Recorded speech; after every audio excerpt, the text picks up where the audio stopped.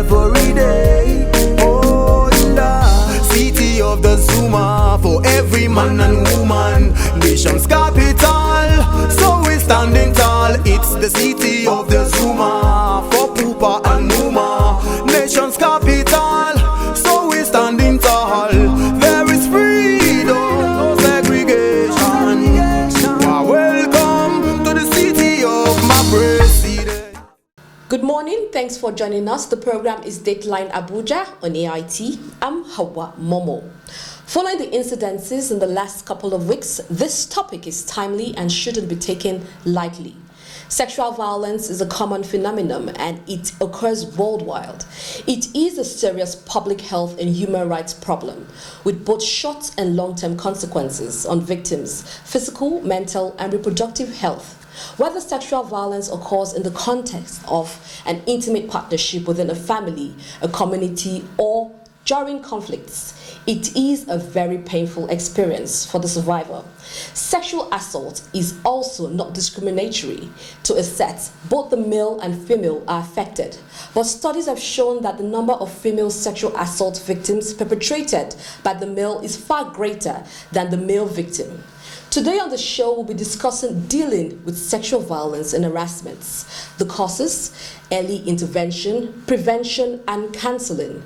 My guests will discuss furthermore on this. Please stay with us.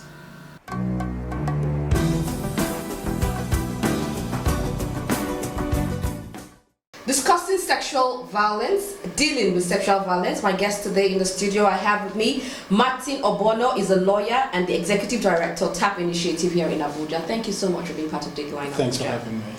I also have Nana Sani Abubakar Kazure. She is a sociologist, a counselor, advocate for sexual education, mental health. Thank you so much for being part of Dateline Abuja. Thank you for having me.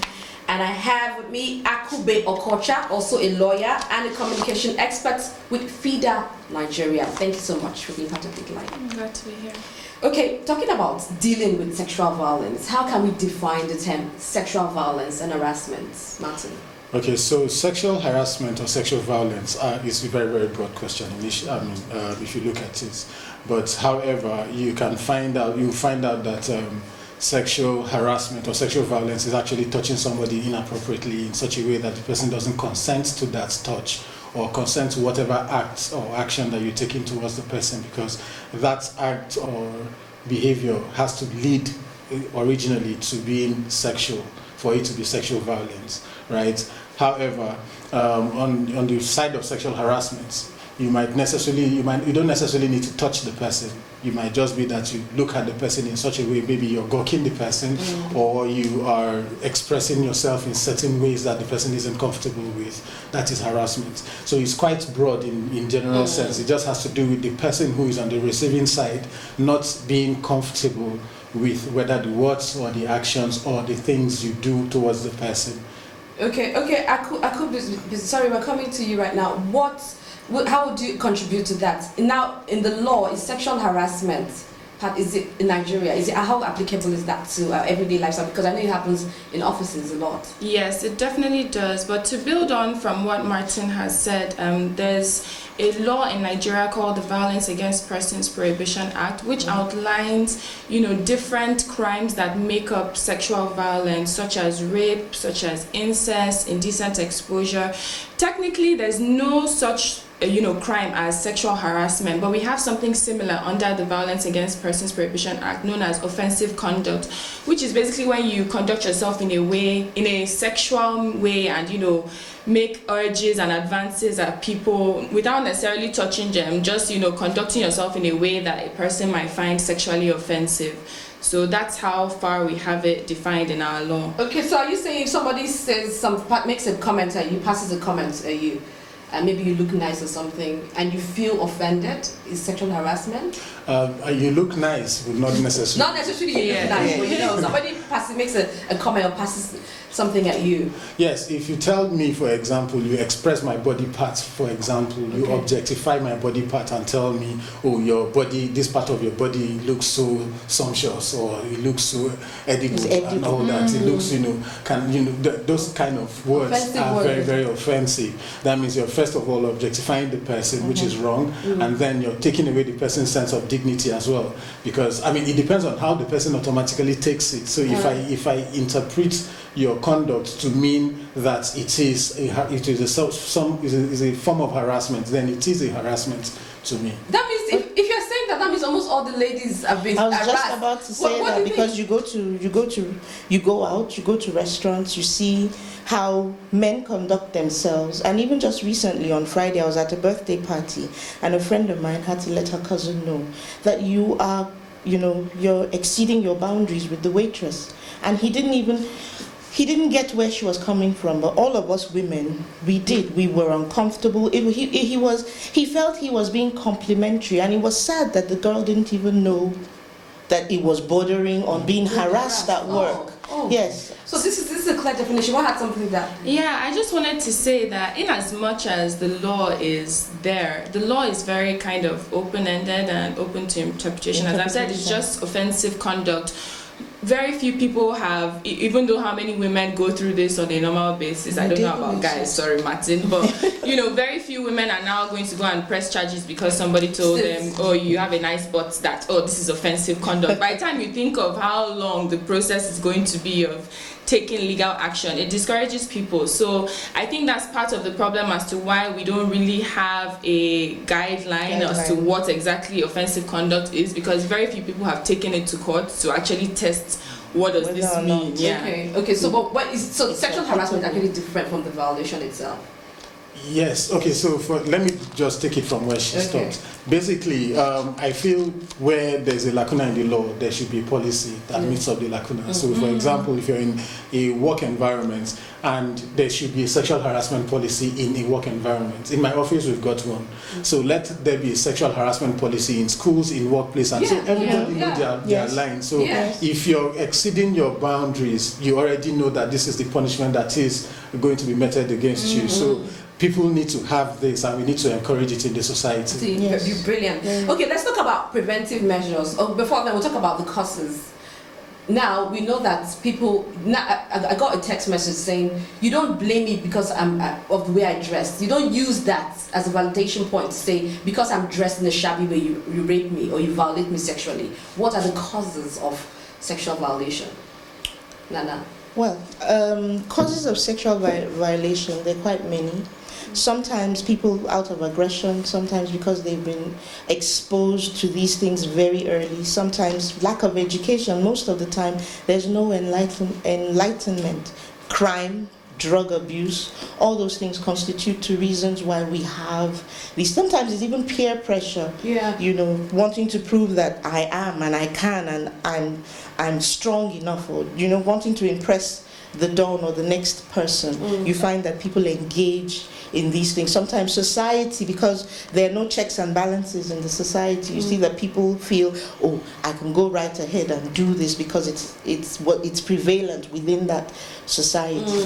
And because do you want to add something? Yeah, I wanted to build onto that, because when you made the point about no checks and balances, it reminded me of this point we just made about how there's really no legal action. People don't really go to court, people don't press charges. So, the abusers are not seeing that there are ramifications for their actions. Exactly. So I feel like, in summary, the only cause for abuse is the abuser.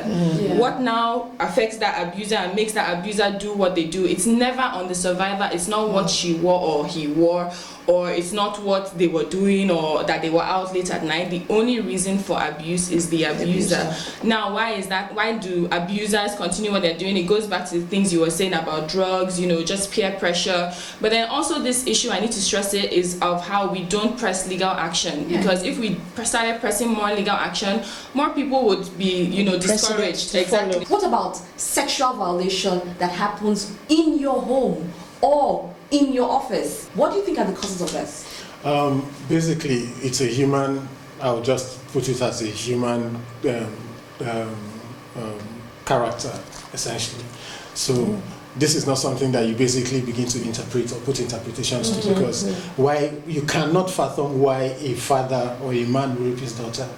Like, it's beyond imagination, right? It's Mental beyond- depravity. it's- Mental That's depravity. So yes, more or less like a mental depravity. So that is the only way I think we can actually sum this up, because you cannot understand why somebody will see a 2-month-old baby, a 3-month-old baby, and decide to sexually violate the person. So there is no explanation to it at all for a normal human being. You know, you also drew an attention on mental health. Yes, depravity. So now, do you think as the society or even the government helps with dealing with mental issues? Because sometimes the perpetrator may be mentally, ill, and all they need maybe is counseling, or they need medical checkup or something.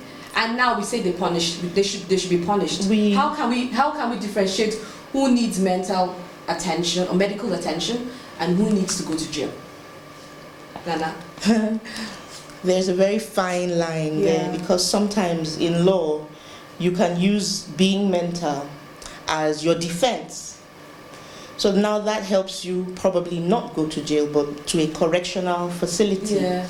But unfortunately, Nigeria is just gaining ground, and we're just beginning to understand that our mad people are not the ones on the street who are naked and doing the things they do, carrying bongoni.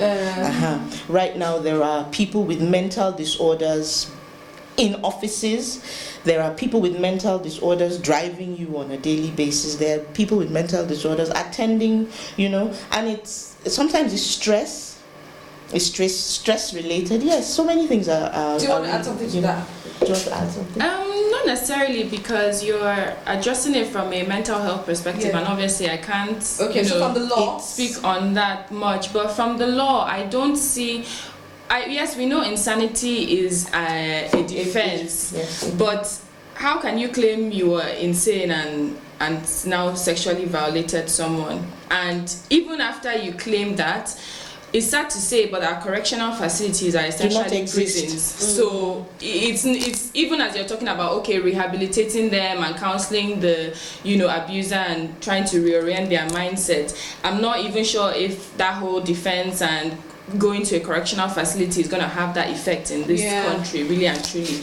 We need more. We need more than what we already have. Yeah. Okay, so let's move on to emphasis on intervention. We have different ways. We have primary and early interventions. Do you want to share that with us, Martin? Okay, so basically, intervention to sexual violence. Yes. Okay, so basically, I would look at it holistically, and then you first have to get the victims right. Okay, because in all honesty, people who go through sexual violence go through emotional trauma, and they go through a lot of depression. Most of them are shocked by what has just happened, because the people who violate them are either very close relatives. 82% of that statistically has shown that people who they either have a fiduciary relationship with are the ones who violate these people. So they get up and they are like still trying to comprehend what has happened. So they need a lot of support. Then on the other hand, it is looking at the perpetrators themselves, right? So first, there should be stiffer sentences in Nigeria. The laws should be stiffer. Not just about stiffer sentences, but we also need to have a sexual offenders register in Nigeria, whereby once you have had any sexual, convicted of sexual abuse or sexual violence, your name is on that register and it trails you and follows you wherever you go. You want to say something? I would like to just add that, in my course and in the research I've been doing, we're turning away from calling people who have been rape victims. We'd rather call them survivors.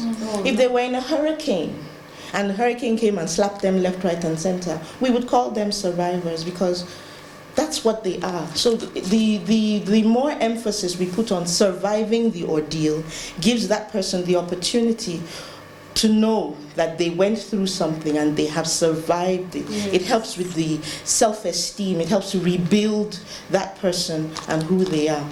So, sorry, one thing I also wanted to say was that the sexual offenders list that Martin was referring to, we actually have provision for that under the Violence Against Persons Prohibition Act, Section 1, but then the issue is now implementation of that law. So the provision is there. I think there are a few organizations that are working on it to make that come to fruition. So I just wanted to put it out there that one is coming, sure. Now we're talking about breaking the silence. You know, you talked about we're not getting enough people coming out to say, but are we women even coming out to say they were violated or they're survivors, like you said? How many women come out? How many people complain? We have many people who are survivors. I'm not going to use the term rape again, like you enlightened us, or victims, but people don't come out. So now we're moving to the next level, breaking the silence. How can we break the silence? Now, this draws me to something I found out in research. In Nigeria, there's no provision for sodomy and even men in our constitution, in the criminal code. It doesn't. It's for women. We have two lawyers here.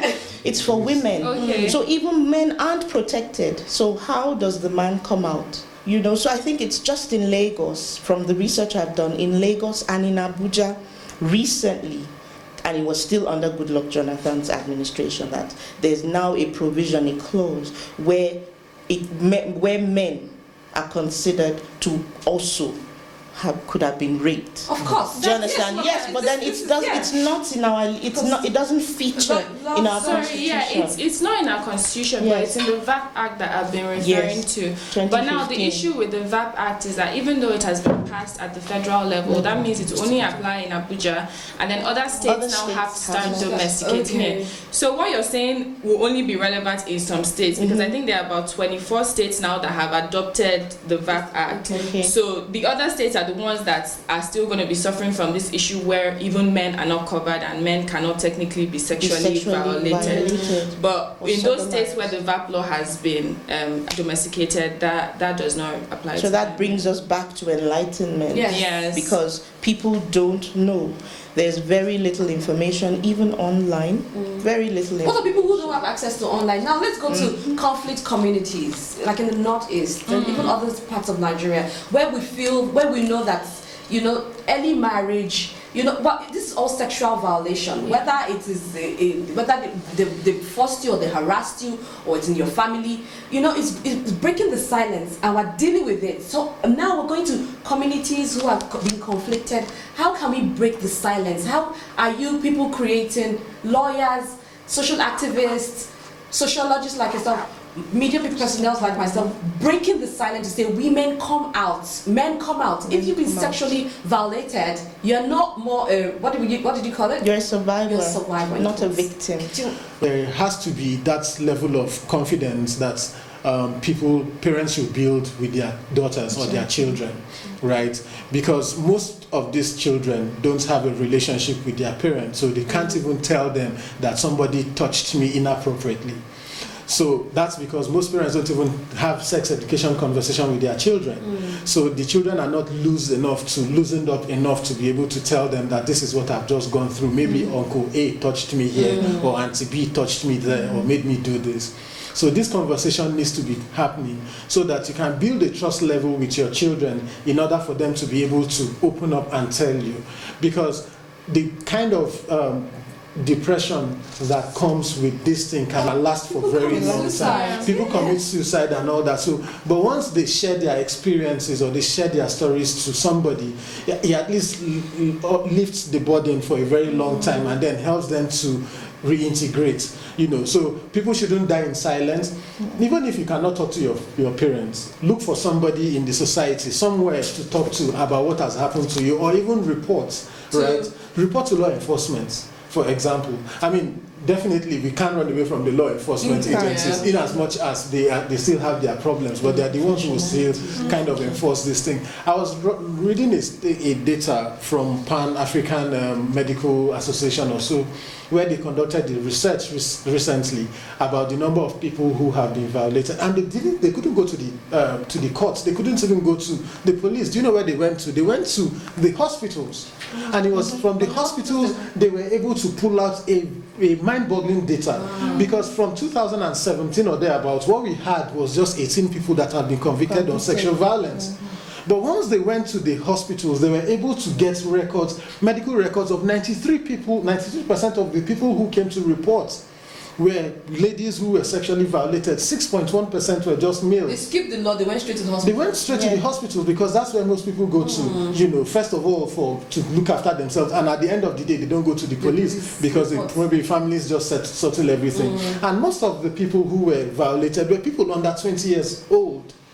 So at the end of the day, we are talking about young people who are vulnerable to the society, who are still trying to understand what the society has for them, that are being taken, that their innocence is being taken away from them, and they are being exposed to all manner of heinous crimes and all that. So we need to really build that confidence in the society where young people can actually look up to people and then tell the law them. as well. Nana, law do you want to add something to that? Breaking the silence. Breaking the silence, it's really key. People need to know that they can have safe houses. Everything he has said is just spot on. You need to be able to go to a safe house. For example, in my video, people didn't even know that after such a thing has happened, do not have a bath. Part of breaking the silence, you should know that you shouldn't bathe so that you don't wipe away DNA evidence, blood, semen, sweat, hair samples. Because the first thing you hear from someone who's gone through that is, I just wanted to have a bath. I needed to clean myself up. So sensitization, education, I started to talk to my son immediately. I found we could communicate and he could understand me. He was 2 years old when I let him know nobody should touch you, and I didn't use play words. I used proper words at a really tender age, because it's rife right now in Nigeria. We've covered it for so long that now it's a can of worms that has burst in our face. We need to sort it out. Do you want to add something to that? Yeah, I just wanted to say, both of them have spoken about how we need to give survivors safe spaces to share their story. But then I think something that we're missing out on saying is of how it's on us as well to believe people when they share their story, because you hear people come out and say this happened to me, and then you'll be reading comments about the situation. Everybody is questioning every aspect. Like, why are you just coming out? Why are you just coming out? What were you doing? Are you sure? What were you wearing? What were you wearing? So we need to be cautious that it's on us to believe people. And that does not mean that believe them and automatically just say, okay, this person is a rapist, but believe them in the sense that you give them your support and say, okay, we're now going to take this further. Let's try and investigate the situation. Let us press charges. Let us make sure that there's a conviction, because it shouldn't be like that. Researchers shouldn't go to the hospital to get data, because at the end of the day, at the hospital, you can even go there and say you had a sexual violation, but it might not be what happened. Whereas at the court of law, evidence must be tendered. Like, you're dealing with facts, you're dealing with objective information. So if you're getting data from the law, you're going to be feeling like, okay, this is definitely going to be more verified statistics. So I feel like we need to start believing people and encouraging them, so that there can be more people who now come out and share their stories. And we're rounding up right now, but using the opportunity to tell people to break the silence, and also counseling. You guys are the best people right now. I think you are an activist, a lawyer, and you fight for human rights. Same thing with you, and you're a sociologist, and you also deal with sex education. I wanted to use this medium to tell people house girls watching, housemates watching, because I know they cannot go and tell madam, or God touched me. We have people who can talk. So this is our own quota. We are actually breaking the silence. I wanted to use this medium just in 1 minute to tell people out there, viewers out there, break the silence. We are here for you. After the show, we are putting out some numbers for them to reach out in case they can't go to the law. I want to use this opportunity to encourage everyone who has been violated sexually to come out and tell their story. You need to come out and tell the story so that you will begin to get redress and begin to heal from all that you've gone through. Thank you. Nana? Breaking the silence, when this happened, even if it has happened a long while ago, you have to have someone that you've trusted to talk to. Now, that person who has been trusted, the onus is on you to ensure that you go to the necessary authority. First, seek medical help. Go to the police. That's just it, because even if you can't really call on individuals. It's best to go to the necessary authorities that have been placed to be your support. Thank you. That's my Yeah, and I just want to add on to that by saying that it will definitely be a traumatic situation. Your emotions will be all over the place. but you kind of have to think that what you're doing by breaking the culture of silence and sharing your story is going to have an effect on the future generations of survivors to come. So even if you don't have someone you can trust, there are organizations like the organization I work for and the other numbers that will be put up.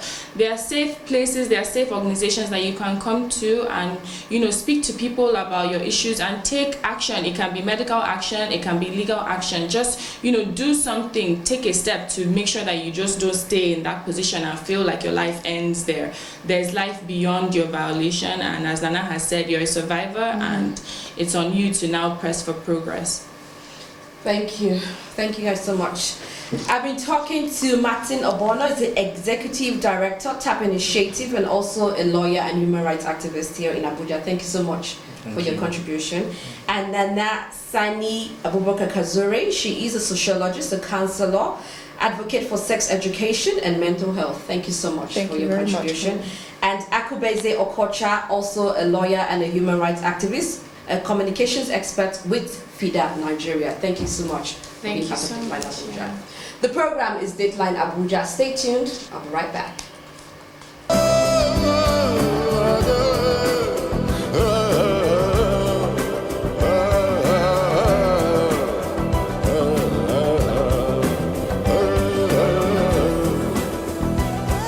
The responsibility for the eradication of sexual assaults rests in the community.